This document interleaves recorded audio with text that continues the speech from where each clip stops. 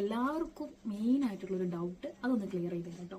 എൻ്റെ അടുത്ത് എല്ലാവരും ചോദിച്ചിട്ടുണ്ട്, ഇത് വിരിഞ്ഞ കൂണല്ലേ, വിരിയാത്ത കൂണില്ലേ, നിങ്ങളുടെ കയ്യിൽ മുട്ട് കൂണില്ലേ? ഈ ഓയിസ്റ്റർ മഷ്റൂം എന്ന് പറഞ്ഞത് അതിൻ്റെ രൂപം ഇതാണ്.